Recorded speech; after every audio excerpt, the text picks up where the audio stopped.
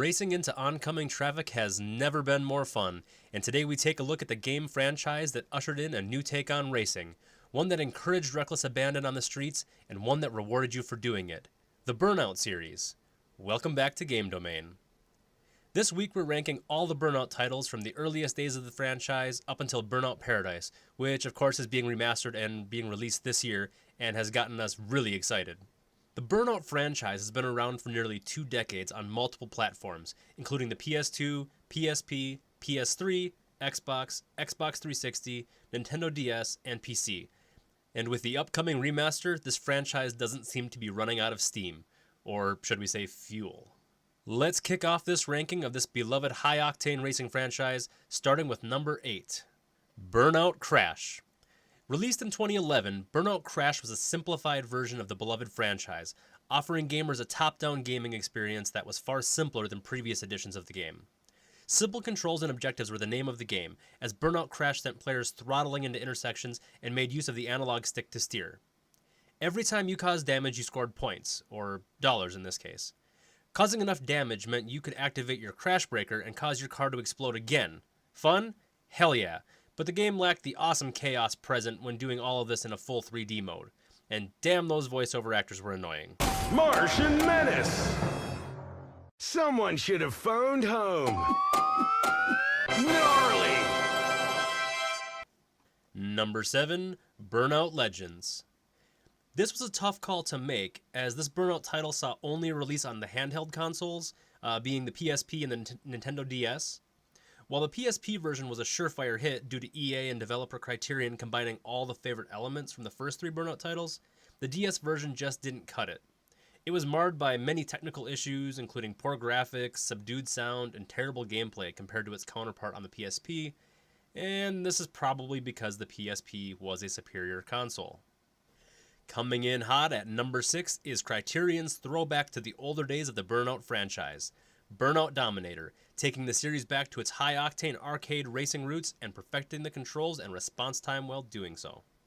Many Burnout hipsters were overjoyed as this entry to the franchise was all about boosting and drifting instead of the famous takedowns present in other titles. At number 5, we're honoring the original, the title that birthed it all.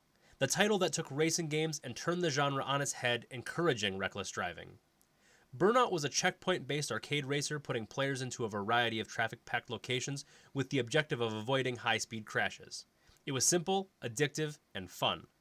While the game only took about plus or minus 6 hours to complete, we found ourselves constantly coming back to replay the game to get that rush of speeding at 100 miles per hour through rush hour-style traffic.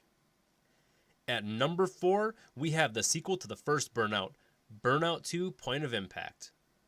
Much like its predecessor, Burnout 2 was all about power sliding, driving recklessly, and keeping that turbo meter full. It was, however, the introduction of the famed crash mode that put the sequel ahead of the original in our ranking. While the first game lauded players for amazing crashes, with the mode on the Xbox allowing you to save your best crashes, it was Burnout 2 that awarded players in dollar values to the amount of damage you could do to your car. This made for hours of fun with friends, passing the controller back and forth to see who could do the most damage to their vehicle. At number 3, Burnout Revenge. While Burnout 2: Point of Impact took exhilarating crashes to the next level with its crash mode, Burnout Revenge introduced players to checking traffic, slamming vehicles from behind to send them into traffic or foes, making for some pretty spectacular mid-race crashes. This Burnout title, while far from perfect, featured some stellar track design, exhilarating speeds, fantastic sound, controls, and graphics. At number 2, Burnout III: Takedown. Burnout 3 was a superb game and amazing entry to the series. Often hailed as one of the best arcade racing games, this sequel took everything we already loved about the series and perfected it. The feeling of speed was wondrous to behold, and the introduction of the incredible aftertouch mode, which allowed gamers to use a momentum factor, allowed players to essentially guide their vehicle to crash into more cars, walls, and other road features. Talk about fun with science. Well, kinda. Which brings us to our number 1 spot, Burnout Paradise. By the time Burnout Paradise was released back in 2008, open-world games were already garnering the attention of many gamers. The way in which Burnout Paradise utilized its stunningly designed city was unique, in that players now had to find various spots littered around the metropolis in order to compete in different events or modes.